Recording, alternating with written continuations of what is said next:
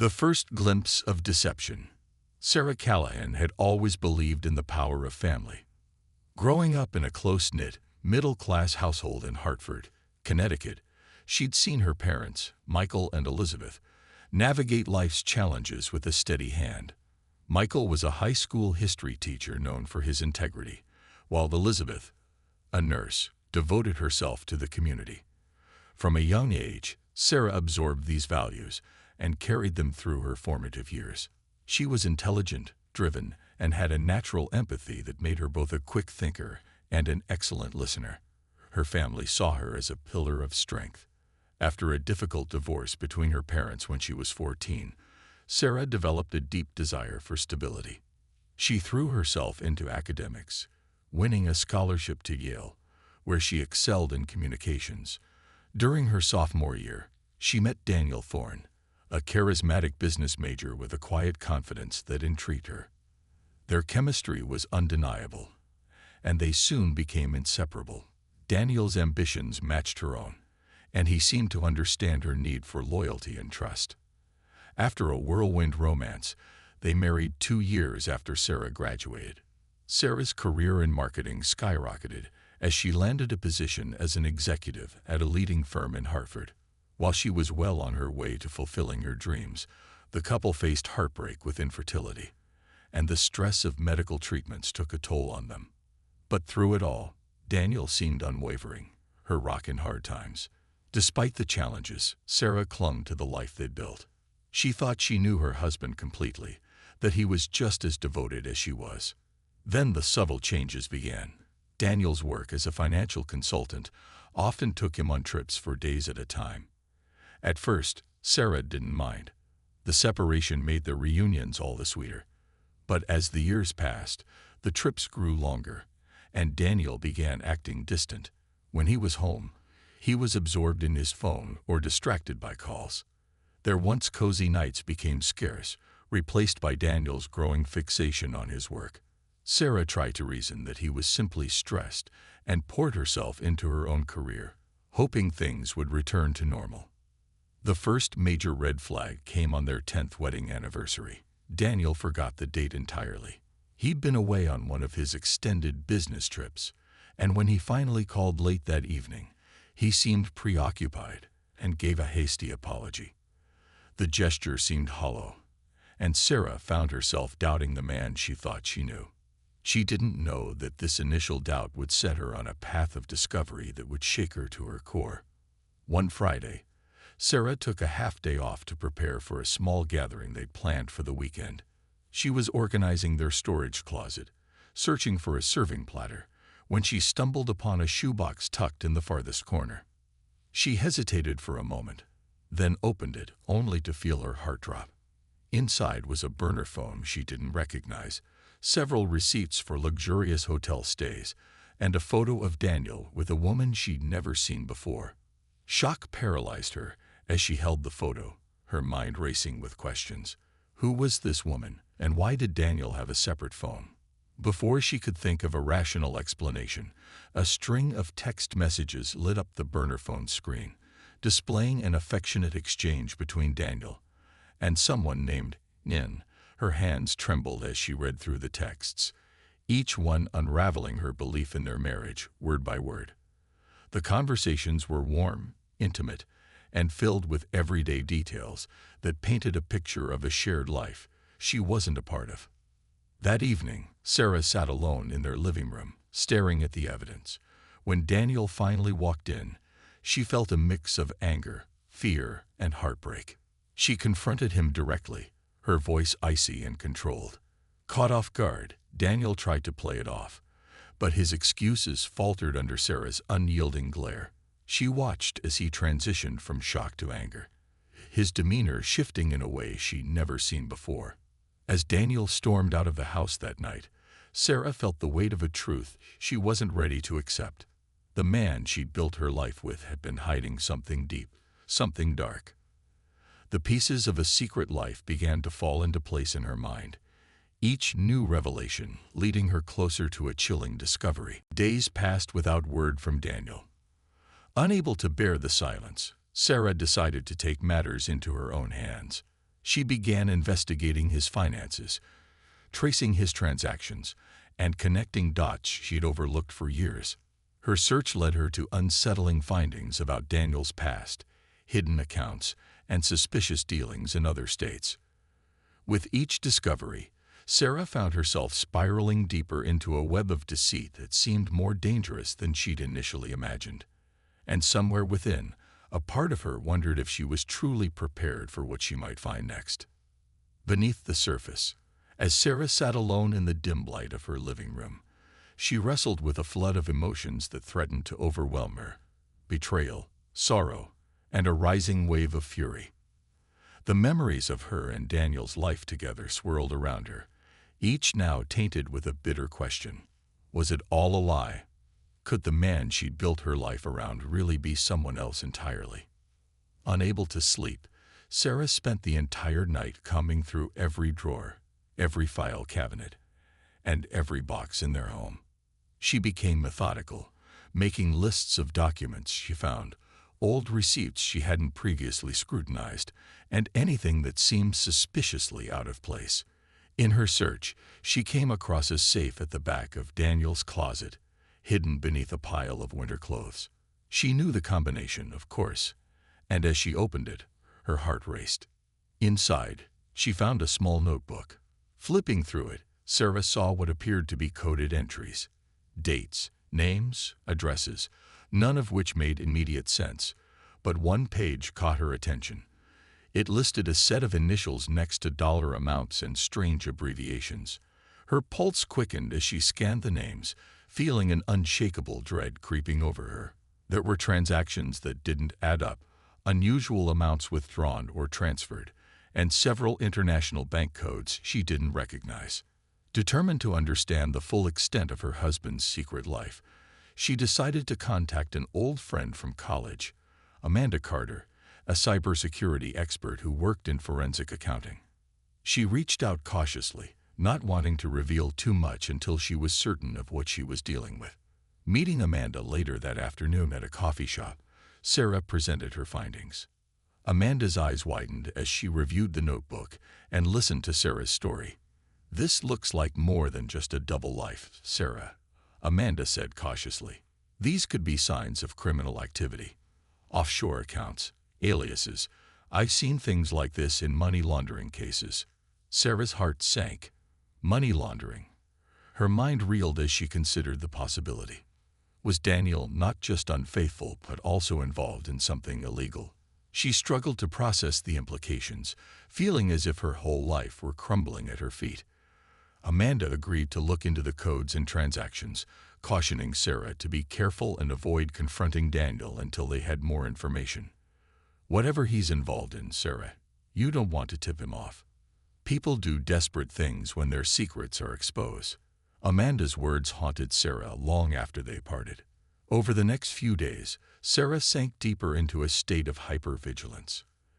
Every sound, every unexpected knock at the door, and every stranger on her streets seemed suspicious. She began piecing together patterns, reviewing Daniel's travel records, emails, and even his credit card statements, which she'd accessed after resetting his account password. The transactions were erratic, with charges to hotels, rental cars, and restaurants in cities she hadn't known he visited. As she uncovered more details, she felt herself drowning in a mix of horror and heartbreak. One evening, Amanda called with news that froze Sarah in her tracks. "Sarah, I looked up those codes. Daniel's got accounts linked to shell companies in multiple countries. This isn't just an affair. He's running something big and dangerous. Some of these connections trace back to known crime syndicates." Amanda's voice was calm but urgent. "Whatever you thought you knew about him, forget it. This man isn't who you think he is." A wave of nausea rolled over Sarah as she realized the scope of her husband's deception. He wasn't just a cheater. He was involved in a world of crime that she could hardly comprehend. Her mind spun with questions. How long had he been doing this? Was she ever part of his real life, or was she just another pawn in his charade? The very walls of her home seemed to mock her, each memory now feeling twisted and false. Determined to understand the full truth, Sarah resolved to visit one of the addresses listed in his notebook, hoping to find clues that might confirm her suspicions. The address led her to a nondescript house on the outskirts of town, far from their upscale neighborhood. She parked her car at a distance, watching the house for over an hour, noting each person who entered or left. Eventually, she spotted him, a man who looked eerily similar to Daniel, but appeared to carry himself differently, almost as if he were a stranger wearing her husband's face. She watched him laugh with a group of people, a warmth and ease that she hadn't seen in him in years. A younger woman came out of the house with a child who ran up to Daniel, calling him Daddy. The woman's affectionate embrace and Daniel's relaxed demeanor shattered whatever hope Sarah had left. This was no casual affair. This was another life, an entire identity hidden from her view. When she finally returned home that night, Sarah was hollow with grief. She spent the night scouring his personal belongings, searching for more proof. At one point, she found herself on the edge of their bed, gripping her wedding ring tightly as she stared into the darkness, feeling utterly alone. The next morning, Amanda called with a warning. "Sarah, I found records linking Daniel to fraudulent deals and a network of illegal transfers. He's on the radar of federal investigators, but they don't have enough to arrest him yet. You need to be careful. If he finds out you know, there's no telling what he might do." Sarah's hand shook as she clutched the phone. Her first impulse was to pack a bag and leave, but a chilling realization held her back. She was entangled in this nightmare. Her bank accounts, her home, her life, all connected to a man she no longer recognized. If the authorities traced his illegal activities back to her, would they believe she was innocent? A deep dread settled in as she realized the gravity of her situation. She couldn't simply run. She had to find a way out that wouldn't implicate her further. She decided to act strategically. Over the next week, she quietly began separating herself from Daniel in subtle ways, opening a private bank account, changing the passwords on her online profiles, and making copies of any documents that might serve as evidence. She even reached out to a lawyer, explaining her situation under the guise of marital issues, seeking advice on how to protect herself financially and legally. One evening, while gathering more evidence, Sarah stumbled upon something that made her blood run cold. In a hidden compartment in Daniel's desk, she found a small, unmarked black envelope containing a single photograph, a blurred shot of her walking alone in their neighborhood. Her heart raced as she stared at the photo, an unsettling realization settling in. He had been watching her, tracking her. The next day, she received a call from Amanda, her voice filled with tension. "Sarah, I'm going to tell you this once. Get out. He's not just involved in a criminal network. He's dangerous. The syndicates he's connected to don't tolerate betrayal or exposure lightly. You're in over your head." Sarah's mind was a whirlwind. She felt trapped, her every move watched, every decision potentially catastrophic. As she sat alone that night, it hit her. She had no idea who she was living with, and the man she once loved could very well be capable of far worse than she imagined. Her every instinct screamed for her to escape, but a voice in the back of her mind urged her to confront him first, to demand the truth. She wanted answers, even if they came with terrible consequences. In that moment of desperation, she made a choice. She would confront Daniel, but only after ensuring that someone knew everything she had uncovered. She wrote down every discovery in a letter addressed to Amanda, instructing her friend to take it to the authorities if anything happened to her. She placed the letter in a sealed envelope and left it with Amanda, her last act of self-preservation before diving headfirst into a confrontation that would change everything. Unaware of the dangerous game she was about to enter, Sarah steeled herself, her heart pounding with a mixture of fear and resolve. Her life was teetering on the edge, and as she prepared for the confrontation with Daniel, she knew there was no turning back. The truth was closer than ever, and it would come at a price. The thin line of trust. The days leading up to the confrontation were a blur for Sarah. She walked through her life as though in a daze, performing the routines of her day with automatic precision, while her mind reeled with the impossible reality she had unearthed. Every glance in the mirror felt foreign. Who was she now? How had she allowed herself to live in such a profound lie for so long? Daniel's absence stretched on for days, and while part of her hoped he would stay away, another part needed him to come back so she could finally confront him and end the agony of wondering. Each morning, she waited for the sound of his car pulling into the driveway, the turn of his key in the door, the hollow promise of routine. But when the door finally did open, it was under the most unassuming circumstances. It was a Wednesday afternoon, and Sarah had taken a rare day off, pleading personal issues to her boss, who kindly gave her space. She was at the kitchen sink when she heard the door open, the quiet creak breaking the thick silence that had suffused their house. She turned slowly, gripping the edge of the counter as Daniel stepped inside, looking every bit the husband who had simply been away on business. The tension in the room was immediate, crackling with unspoken words. Daniel dropped his bag near the door and looked at her, his expression unreadable. She knew her face was a mask of stone, yet inside, her heart was pounding with the force of her hurt and anger. She took a deep breath and met his eyes, hoping to keep her voice steady. "Daniel," she began, her voice sharper than she intended. "We need to talk." A shadow flickered across his face, a momentary tightening around his eyes, a sign that he knew something was amiss. Still, he played his part, giving a small nod and stepping toward her, as if nothing had changed. "Sure, what's going on?" he asked, his tone casual. But Sarah could see the subtle tension in the way he held himself, and she knew he was bracing himself for whatever she might say. She gestured to the dining table, where she had laid out the copies of his bank records, the notebook, and the burner phone she had found. The sight of it all in plain view brought a new surge of anger, a fresh reminder of the deception that had wounded itself so deeply into her life. Daniel's face went white as he took it in. He glanced at her, and in that moment, Sarah saw the mask slip. Just for an instant, his calm, collected expression faltered, and something darker, something dangerous, flickered across his features.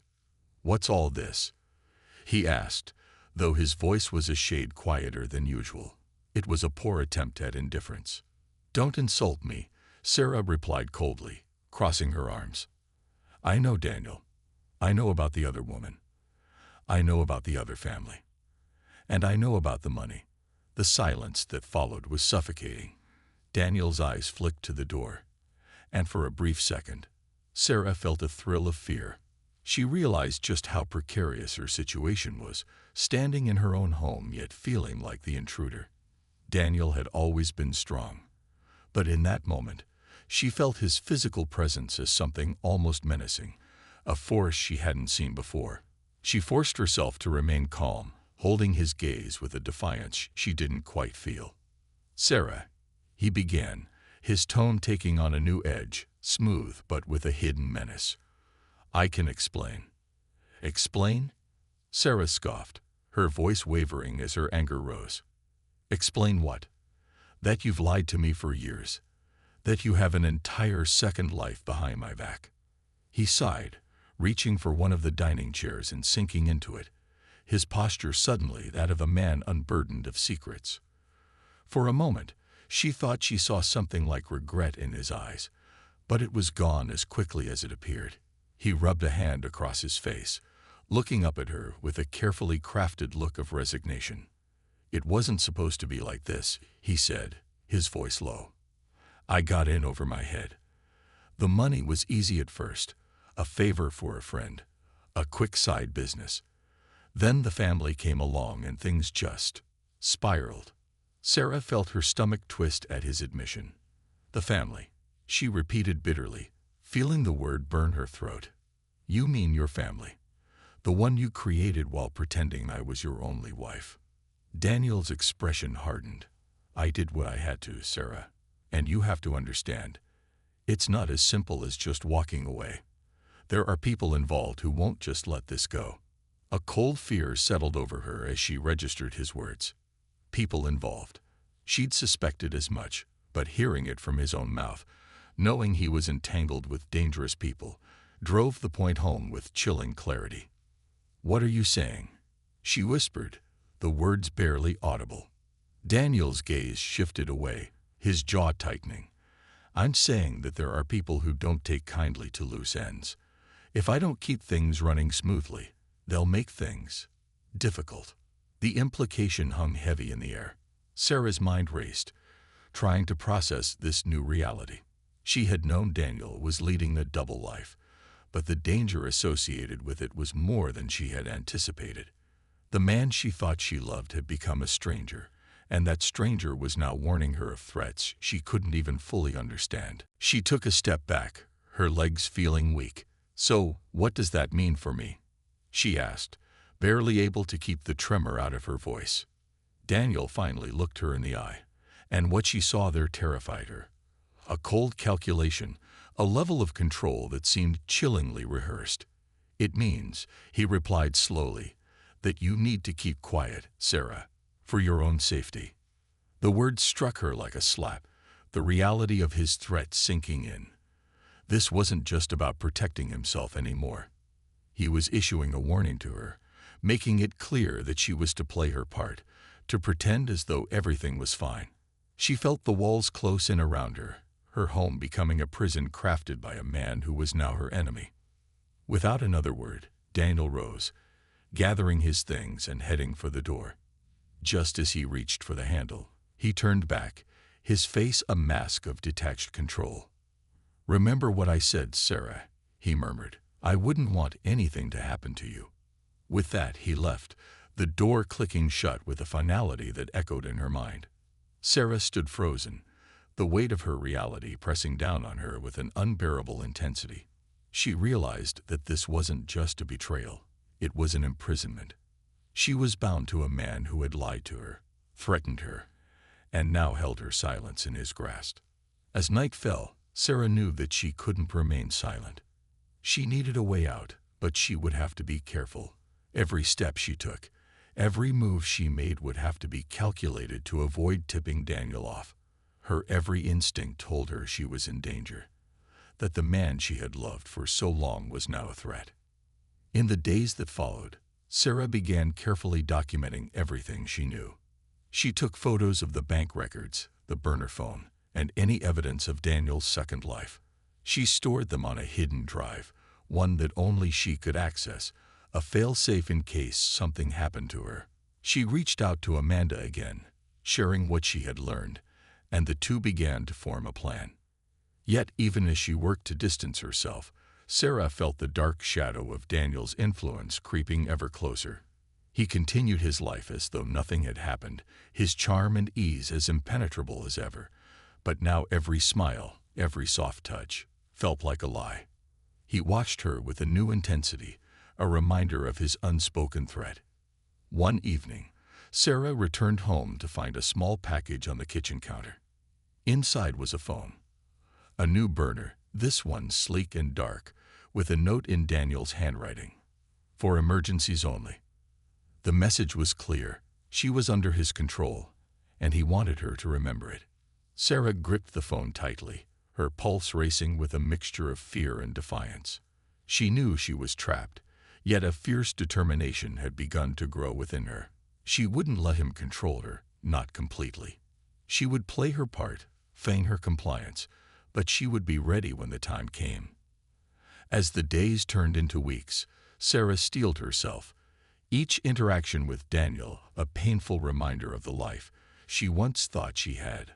Her heart ached for the love she had lost. But now, a new resolve took its place. She knew the risks, knew that escaping this nightmare would be dangerous. But as she prepared for the steps she would need to take, she knew one thing for certain. She was willing to risk everything for her freedom, and there would be no turning back. The illusion of compliance. Sarah lived in a delicate, dizzying balance for the next few weeks, pretending to be the wife Daniel had always known while planning a quiet escape. She moved through her days with a meticulous calm, each routine chore and each casual conversation with him a rehearsed act. Every morning, as she set the table for breakfast or folded laundry in the evening, She was aware of the thin line she walked, a line between caution and courage. Daniel seemed to believe in her compliance, and that belief was her lifeline. But his surveillance was ever present. He was now home more than ever, feigning a sense of normalcy that grew suffocating with each passing day. He hovered over her every move, watched her every reaction with a sharpness that kept her in constant alertness. She realized with a sickening clarity that this vigilance was his way of reminding her he was in control. Each time Daniel left the house, Sarah felt a small surge of freedom. She'd come through her hidden files, adding more details to her growing dossier. She documented his messages, his transactions, his addresses, all to use as leverage or evidence, should she need it. She knew that this evidence was her only means of regaining any power over her life. Then, one evening, while sitting alone in her study, an idea came to her. She would contact an investigator, someone who could help her without tipping off the authorities prematurely. She remembered an acquaintance she'd met years before at a corporate networking event, a former cop-turned-private investigator named Jack Cummings. Jack had a reputation for discretion and loyalty to his clients, but Sarah hesitated. Reaching out meant risking exposure. One wrong move, and Daniel might catch wind of her plans. Weighing her options, she finally decided that she couldn't do this alone. She needed an ally who could operate in the shadows as she did. She messaged Jack from an anonymous account, offering a vague but urgent request for a meeting. He agreed, setting a time and place far from Hartford, where no one would recognize her. On the day of the meeting, Sarah felt as though every movement had a consequence. She drove a long, circuitous route, watching her rearview mirror obsessively, looking for any sign that Daniel had caught on to her plans. Her heart pounded as she parked in a secluded corner of a cafe parking lot, spotting Jack waiting in his car nearby. She slipped out and walked toward him, her nerves stretched thin. When she reached his car, she climbed into the passenger seat, the rush of adrenaline making her hands tremble slightly. Jack, a broad-shouldered man with a calm demeanor, looked over at her with a nod, acknowledging her tension but offering no judgment. "Sarah," he greeted her. "It's been a while. This sounds serious." "It is," she replied, struggling to keep her voice steady. She handed him a folder of printouts she'd brought, containing everything she'd gathered. Bank statements, texts, photographs. "I need help, Jack. I need to disappear." Jack leafed through the papers, his face growing serious. After a few moments, he closed the folder and looked at her intently. "Sarah, this is complex. The man you're dealing with isn't just cheating. He's involved in some high-level illegal activity, and these types don't take kindly to people trying to leave." "I know," she whispered, "but I can't stay. I'm a prisoner in my own home, Jack. He's dangerous, and I'm sure he'll hurt me if he finds out I'm leaving." Jack nodded, his expression sympathetic but wary.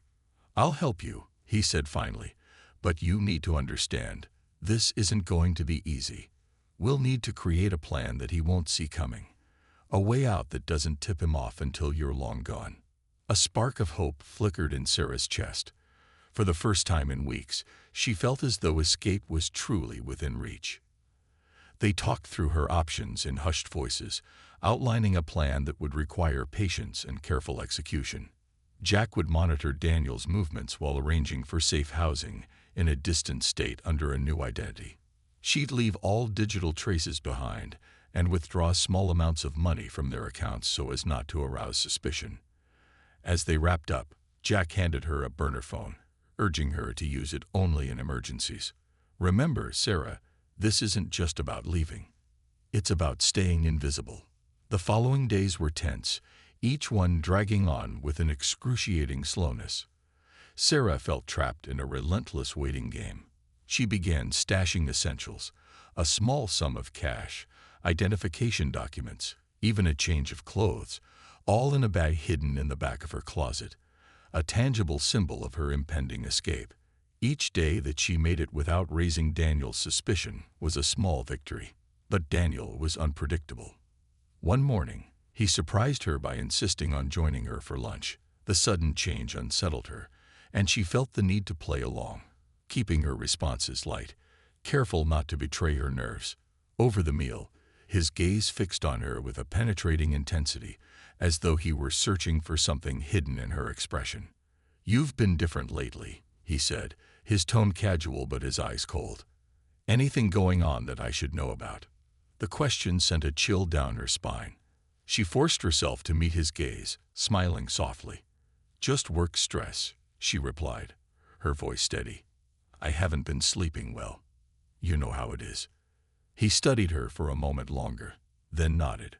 "Of course," he said with a faint smile. "It's just, you seem more distant." The words hung in the air, and for a terrifying second, she thought he saw through her. But then he reached across the table and took her hand in his, squeezing it gently, his eyes softening in a way that felt almost sincere. She barely stopped herself from pulling away, fighting the urge to recoil. She'd become a stranger in her own life, an actor in a twisted play she hadn't agreed to, forced to perform her part to survive. That night, after he'd gone to bed, Sarah slipped into the bathroom, locked the door, and texted Jack on the burner phone. "He's watching me closer. What if he suspects something?" Jack's response was swift and steady. "Stay calm. Keep up the act. We're nearly there." The message reassured her, and she knew she had to keep her resolve. As each day passed, the tension mounted, Daniel's presence becoming a weight that pressed down on her. She moved through each moment cautiously, each interaction measured to avoid raising suspicion. Her every thought was focused on the escape, on the life that awaited her beyond the walls of the prison she'd called home. Then, one evening, as she was going over her files, she noticed an odd detail in one of Daniel's recent transactions. A large sum transferred to an unlisted account under his name. It wasn't one of the accounts she had already flagged. This one was new. Her heart raced as she realized he might be planning something of his own, something to secure himself in case she ever found out about his activities. The realization sent a jolt of fear through her. Could he be preparing for a scenario where she tried to leave? Was he watching her, waiting for the first sign of escape? The possibility that he was ahead of her, that he might anticipate her every move, was enough to rattle her already fraying nerves. But she couldn't stop now. With Jack's help, Sarah finalized the details of her plan.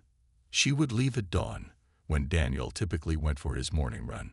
She'd take the bare essentials, the items Jack had prepped for her, and disappear before he even noticed she was gone. The night before her departure, she sat alone in the quiet of their home, memories of her life flooding her mind. Her hand shook as she thought of the years she had spent loving a man who had only pretended to be hers, of the future she had once believed in that had turned to ashes. As dawn approached, she quietly gathered her things, her heart pounding with every sound in the silence. When the first light broke through the windows, Sarah took one last look at her home. She slipped out the door, leaving behind the woman she had been, ready to start a life free of deception and fear. Her heart hammered as she reached her car, the weight of her bag heavy, but her spirit lighter than it had been in weeks. She drove off, watching the house shrink in her rearview mirror, her resolve strengthening with every mile. But deep down, she knew it wasn't truly over. Daniel wouldn't let her go without a fight, and she could feel his shadow lingering over her, as though he were still watching. Freedom was closer now, but Sarah knew it came at a steep price, and as she drove into the unknown, she prepared herself for whatever lay ahead, ready to face the life she was about to rebuild from the ground up. Shadows in a new life. The thrill of escape lingered in Sarah's chest as she sped away from the house, the image of Daniel's face fading with each mile she drove. By the time she crossed state lines, her hands finally stopped trembling. She felt a strange exhilaration mixed with a cautious optimism she hadn't felt in months. This was her chance to be free from his control, his lies, and the double life he had so carefully concealed. She met Jack at a small gas station on the edge of town, as planned. He directed her to a secluded motel just outside of state jurisdiction, where she could stay while he finalized her arrangements. He handed her new identification papers, a basic cell phone, and the address of the small apartment he'd rented under her new identity in a distant town. Sarah would become Anna Grant, a marketing consultant from Nevada who had recently relocated for business opportunities. It was a role that suited her and was removed enough from her real life to keep her hidden. That first night, Sarah sat alone in the small motel room, her bag on the bed beside her. She stared at her new ID, the name Anna Grant seeming both foreign and strangely liberating. As Anna, she could rebuild herself. She could be anyone. She had sacrificed her entire life for this freedom, and the thought filled her with a resolve she hadn't realized she possessed. Over the next few days, Jack worked diligently to secure her relocation. He'd contacted a few of his trusted connections, ensuring that Sarah's new life was meticulously set up, with a plausible background and a trail that would make it difficult for anyone to trace her. It felt almost surreal, walking around the unfamiliar streets, knowing she was no longer Sarah Callahan. She practiced introducing herself as Anna, rehearsing the details of her invented life, in case anyone asked. Despite the initial relief, her freedom felt fragile.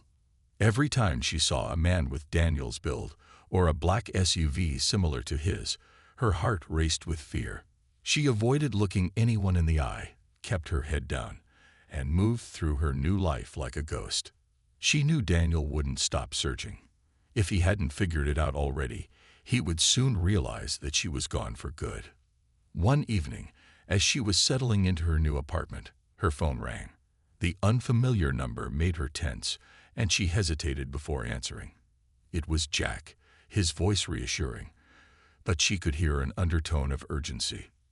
"Anna," he began, using her new name. "There's something you need to know. Daniel's been looking for you. My sources tell me he's hired a private investigator." The words sent a chill through her. She had expected Daniel to search for her, but the reality of it was terrifying. Jack continued, his tone serious. "He's not trying to reconcile. He's on a different mission now. I think he's more concerned about covering his tracks. The fact that you know so much makes you a threat to him." Sarah's heart sank. She'd hoped he would leave her alone, but Daniel was as ruthless as he was controlling. Her freedom was a threat to him, and he wouldn't rest until that threat was eliminated. She could picture his cold, calculating gaze, the way he had looked at her just before he warned her to stay quiet. "What do I do?" she whispered, feeling a swell of helplessness. "Lay low," Jack advised. "Stay vigilant, but don't act suspiciously. If he gets any hint of where you are, he won't be the only one looking for you." The implications weighed heavily on her. She had feared Daniel, but now, as she thought about the dangerous network he was connected to, her fear grew deeper.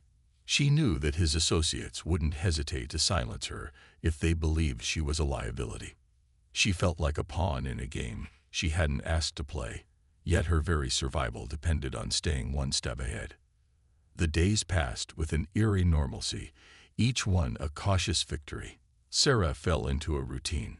She'd go to the grocery store, take brief walks in her neighborhood, and avoid drawing any attention. She kept her apartment sparsely furnished, as if she were always ready to leave at a moment's notice. The sounds outside her door kept her on edge. Every footstep, every car door that closed, sounded like a prelude to disaster. One night, her phone vibrated with an alert she hadn't set. She unlocked the screen and found a strange message from an unknown number. The message contained a single word, "Anna." Panic surged through her. No one knew her new name except Jack and a few people he trusted. She stared at the screen, wondering if it was a fluke or if someone had truly found her. Then her phone buzzed again, another message appearing. "You can't hide forever." Her stomach churned as she read the words. They were chillingly direct, a taunt that confirmed her worst fear. Daniel, or someone working for him, knew where she was. Fighting the urge to panic, she immediately contacted Jack. His response was quick but reassuring. He promised to look into the source of the message, urging her to stay calm and avoid doing anything drastic. But Sarah knew better. The thin walls she'd built around herself were already cracking, and it was only a matter of time before Daniel, or his associates, broke through completely. 2 days later, she received a call from the building manager, informing her that someone had come by asking for her. He told the stranger that no one by her name lived there, but the incident left her shaken. She knew her location was compromised. She spent that night sitting by the window, watching the street for any sign of a car parked for too long or a figure lurking in the shadows. The next morning, Jack called with an update. "Anna," he said, his voice grave, "it looks like Daniel's hired some dangerous people. They're from a network I recognize, a group that specializes in eliminating loose ends." She swallowed hard, her mind racing. Her only chance at safety lay in staying hidden. But as long as Daniel and his people were actively looking, her life would be a constant cycle of fear and flight. "Then what's my next step?" she asked, her voice barely above a whisper. "We'll move you," he replied. "But this time, it won't be simple. We're talking about an off-the-grid arrangement. No traceable name, no real address. You'd essentially be disappearing for good." The words "disappearing for good" felt like a punch to her chest. Her life, her dreams, and even her identity, all reduced to an endless cycle of hiding. Yet the idea of safety was a powerful lure. She nodded to herself, finding a thin strand of hope in the idea of true escape. 2 nights later, Jack arrived to help her pack. Together, they worked in silence, keeping only essentials and leaving behind anything that could tie her to her previous life. Jack had arranged a car rental and an itinerary that would take her through a series of stops before reaching a small, secluded cabin in Montana, far from prying eyes. The journey was long and exhausting, each mile feeling like a narrow escape. She arrived at the cabin under the cover of darkness, the dense trees and rugged mountains surrounding her in a sense of peace she hadn't felt in weeks. Here, far from the world, she felt a glimmer of safety. Yet, the weight of isolation was immediate. There was no internet, no phone connection, and her only contact with the outside world was through Jack, who would bring supplies once a month. The stillness of her new life felt like both a blessing and a curse. Each morning, she awoke to silence, a vast nothingness that felt heavy, as though even nature held its breath around her. The days turned into weeks, each one a test of endurance. Sarah filled her time by reading the few books Jack had brought, taking long walks in the surrounding forest, and tending to a small garden she'd started near the cabin. She clung to routines, trying to keep her mind from drifting into the depths of despair. Then, one night, she heard something. Footsteps crunching through the underbrush.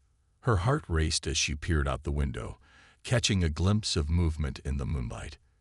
It was only a brief flicker, but enough to remind her that she was never truly alone. The next day, she contacted Jack during his supply run. "Someone was outside the cabin last night," she whispered, her voice shaking. He looked grim, but tried to reassure her. "I'll look into it, Anna. But remember, we've done everything to keep you hidden. Stay cautious, but try not to let fear consume you." But Sarah knew she couldn't let her guard down. Her freedom, her very life, depended on staying invisible.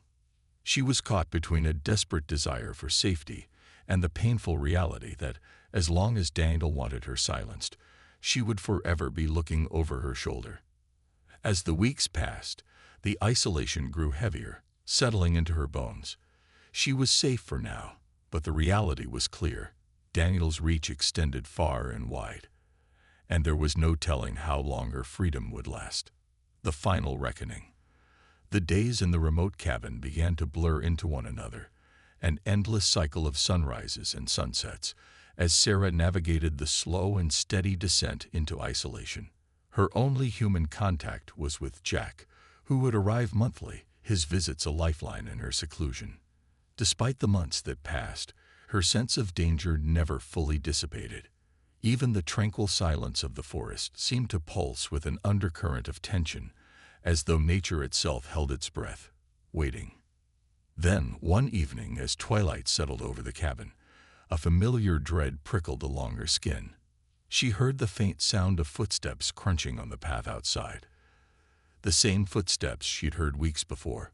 Heart pounding, she peered through the window, her gaze scanning the shadows among the trees. Nothing. Just as she exhaled, she noticed something, a small glint of light, like a reflection, in the trees. Instinctively, she crouched down, her breath coming in shallow gasps as she fumbled for her burner phone and dialed Jack. "Jack," she whispered, her voice tense. "I think someone's here. I saw something. A light, or maybe a reflection." "Stay calm, Anna," Jack replied, his voice steady but sharp with concern. "Lock yourself in, stay low, and don't make a sound. I'll be there as fast as I can." But hours seemed to stretch as Sarah sat huddled in the darkened cabin, every creak and groan amplified in her ears.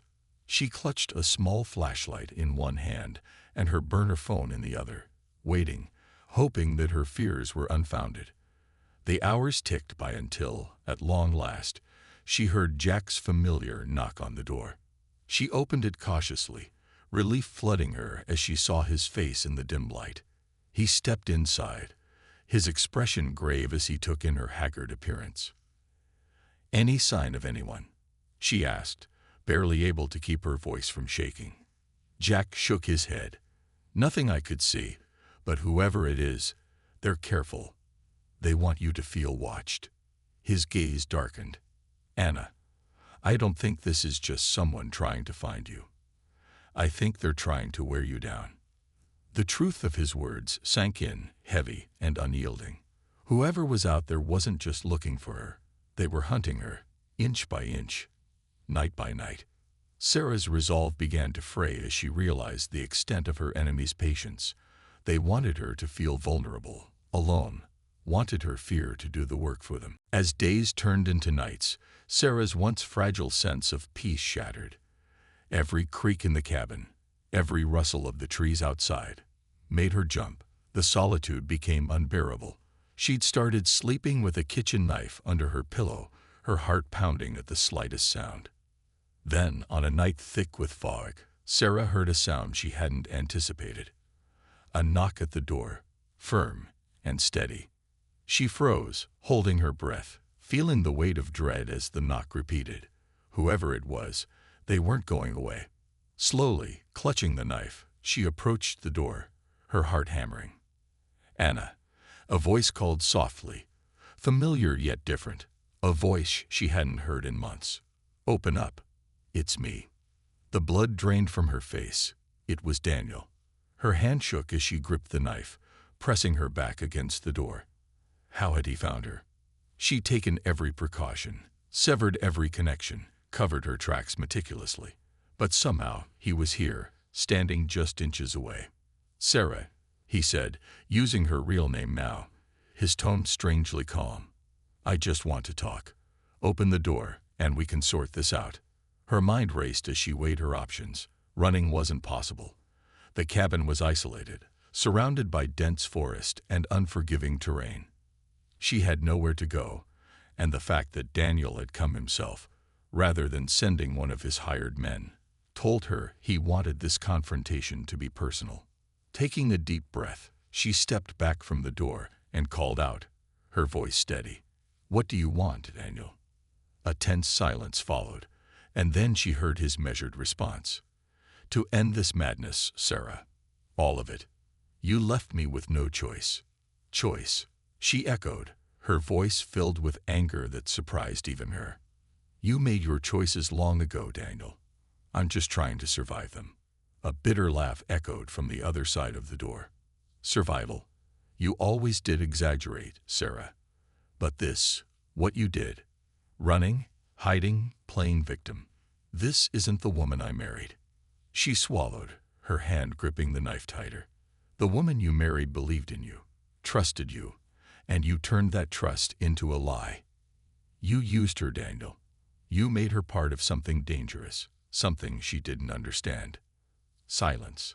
Then he spoke, his tone eerily calm, as though discussing the weather. "Let's be clear, Sarah. I gave you a life, a home, everything you could have wanted. And now, You're throwing it away." His words cut deep, but she steeled herself. "You gave me nothing but a lie," she retorted, her voice sharp.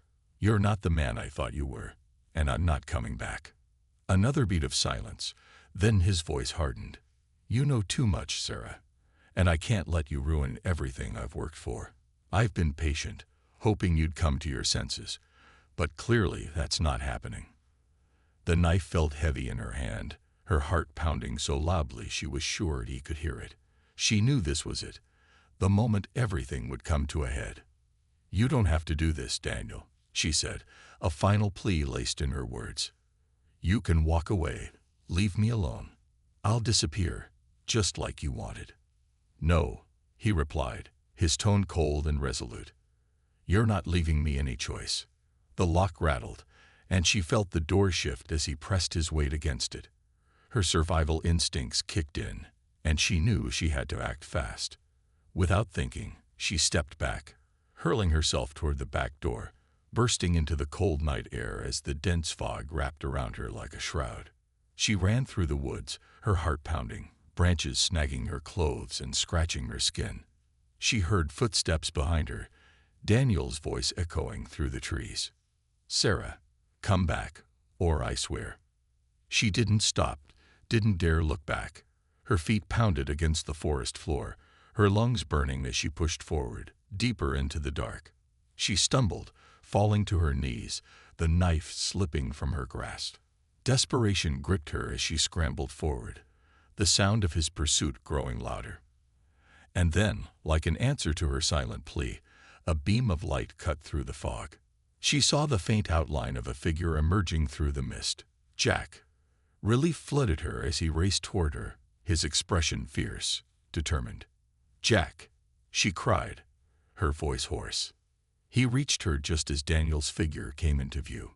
Jack stepped forward, positioning himself between her and the man who had turned her life into a nightmare. "Back off, Daniel," Jack warned, his voice low and dangerous. "It's over." Daniel's eyes narrowed, his gaze shifting between them. For a moment, Sarah thought he might relent, that he'd finally see reason. But his face twisted with rage, and he lunged, his hand reaching for his waistband. Before she could fully process what was happening, Jack reacted, a flash of movement as he struck Daniel's arm, forcing him back. The scuffle was brief, but brutal, Jack overpowering him with a strength she hadn't realized he possessed. Within moments, Daniel was on the ground, restrained and seething, his rage palpable. Sarah watched, her entire body shaking, as Jack called in the authorities he preemptively contacted, knowing the danger that surrounded her. It wasn't long before the distant wail of sirens pierced the quiet of the night, and law enforcement arrived, taking Daniel into custody. As the officers led him away, he cast one final look at her, a twisted sneer of contempt and bitterness. "It's not over, Sarah," he spat. "You'll never be rid of me." But as the police car disappeared into the night, a strange calm settled over her. She turned to Jack, who gave her a reassuring nod, his expression softened with relief.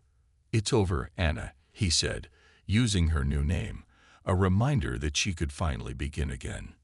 In the following weeks, Sarah took the first steps toward a new life. She relocated once more, this time with the knowledge that Daniel's reach had finally been severed. The remnants of her old life faded, leaving only a quiet peace in its place.